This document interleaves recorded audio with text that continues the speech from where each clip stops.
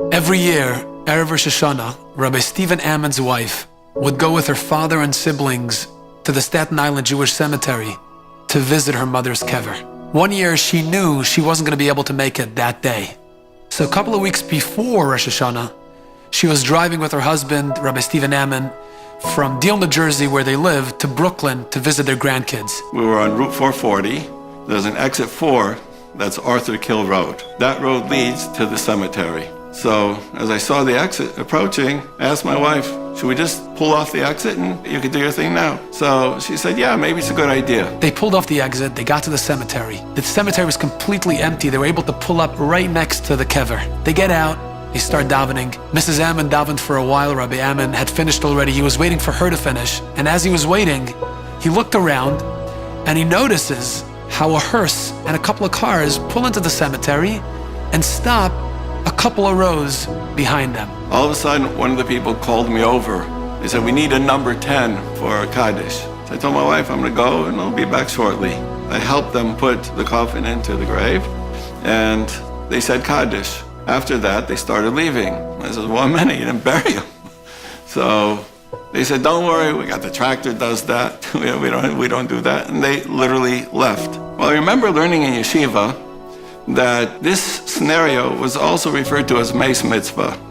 That Meis Mitzvah was not just if there was literally nobody to bury, but if you had relatives who walked away, you sort of also had nobody to bury, and this was called the Meis Mitzvah. So I went to the person sitting in the tractor and said, do you mind if you give me a shovel and I'll do it for you? You could go and I'll bury the person. The guy says, I don't mind. Rabbi Ammon spent an hour and a half finishing the burial until the entire grave was covered with dirt.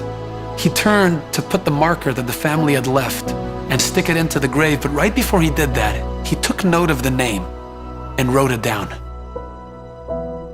The whole way driving to Brooklyn, I was thinking like, why? I wasn't planning to be here.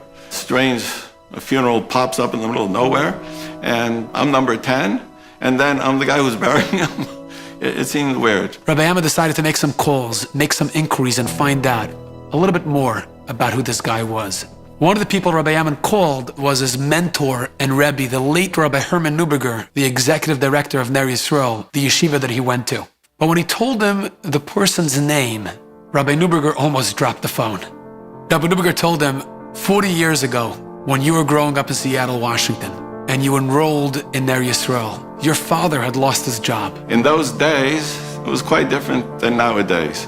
You paid for long distance calls, airfare was expensive. I remember the ticket cost $300 one way. We got the 300, flew to yeshiva, and of course the next problem is tuition. Rabbi Neuberger decided to try to help out and find a person who can supplement Rabbi Stephen Ammon's tuition. Rabbi Neuberger told Rabbi Ammon on the phone, the person who ended up paying and sponsoring your tuition for all your years in yeshiva was the fellow you had just buried the other day. It went full circle that this person who paid for my education, and while I was in yeshiva, I remember learning this halacha of Meis Mitzvah.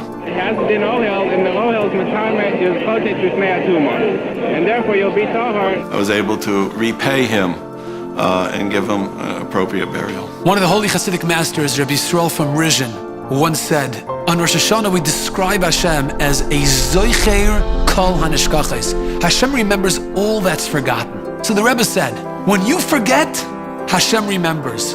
But when you remember, Hashem forgets. When you remember favors and chesed that you do for other people and you expect them to do it in return, you hold them accountable for it, you remind them about it, Hashem says, well, if you remember, I can forget about it.